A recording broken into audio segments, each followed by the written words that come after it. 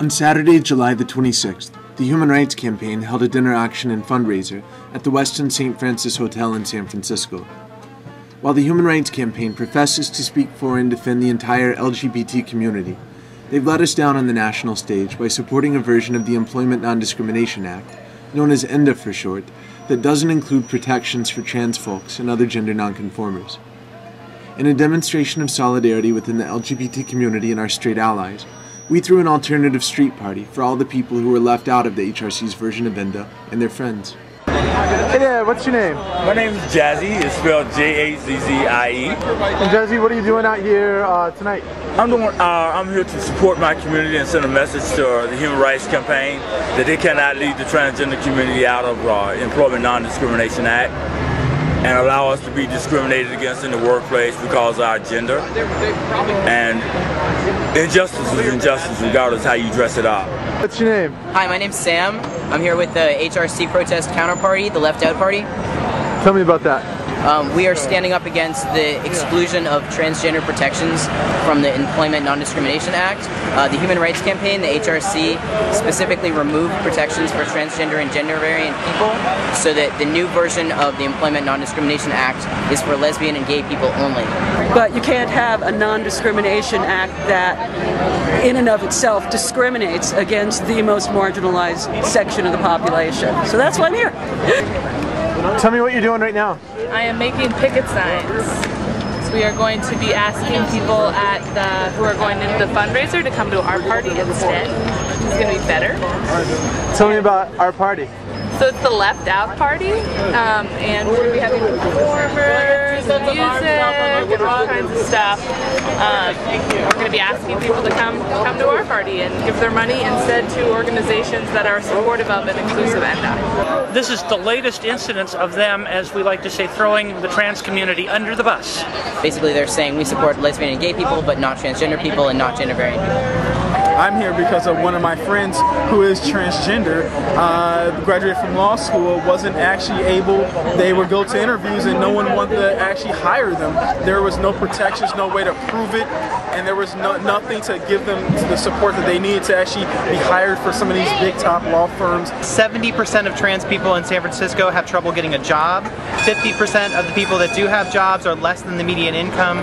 We're talking a huge disparaging of the amount of people who are able to work and their skill level. So you have highly trained individuals who are very specialized in their skills. They're able to do these high-level jobs and they're not being hired because of their gender identity or because of their gender expression.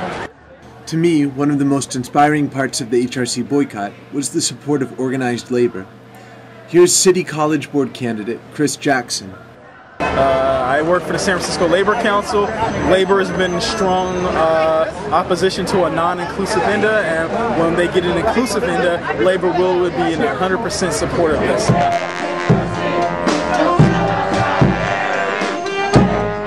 And the support of the San Francisco Labor Council had another effect. Los Angeles Mayor Antonio Villaraigosa was scheduled to be the keynote speaker at the event, but he didn't want to cross a union picket line, so he canceled his appearance on Friday night.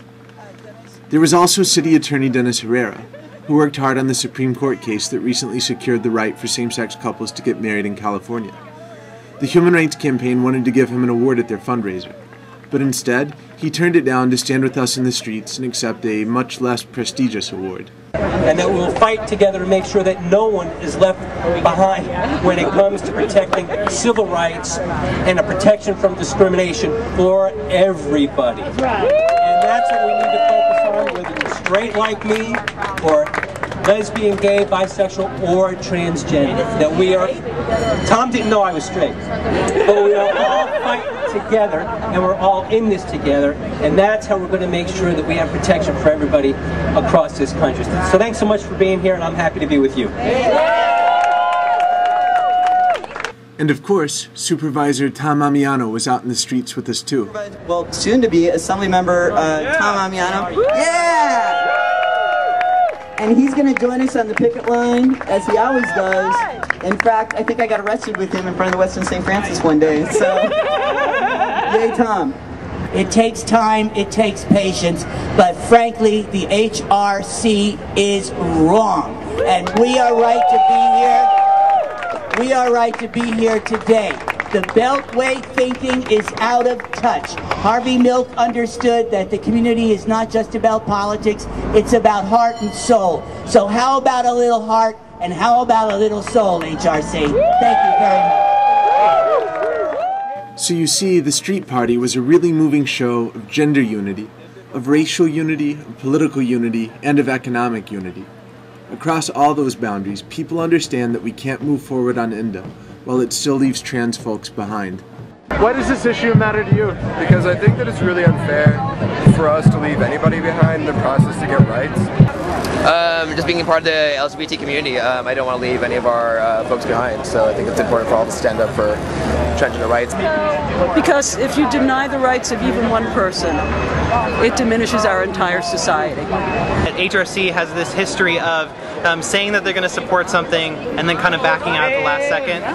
The president of HRC, Joe Solomonese, went to the largest transgender conference in America, Southern Comfort, about 3 weeks or a month before, and promised that they would not support, in fact, they would categorically oppose any ENDA that did not include trans people. Those were his words. You can look it up on YouTube. Which, of course, I did. So here's HRC President Joe Solomonese speaking to an audience in September of 2007. But always being clear that we absolutely do not support and in fact oppose any legislation that is not absolutely inclusive. And we have sent that message loud and clear to the Hill. I don't think that's the message they heard, Joe. But that leaves us with just a couple more questions. So for those of us who are mainly gender-conforming lesbian and gay and bisexual folks, how can we make sure that we're supporting the trans members of our community? Well, being out here, beside us, and making it clear to your elected representatives how you feel on these issues, and kind of not selling us out for a political expediency. Be allies, for one thing, be allies to the gender non-conforming, and also do not accept substitutes. Do not accept an ENDA that does not include transgender folks. That we just need to send a strong message not only to HRC but to our national leaders that an injustice against one is an injustice against us all. And right now, everybody's buzzing and talking about stopping the marriage ban that's on the ballot this November. So if I'm wanting to donate to make sure that that Proposition 8 gets defeated this November, who besides the Human Rights Campaign can I give money to that's backing up trans folks? Equality California, Equality for All, groups like that who are locally based, and that's the best way to go.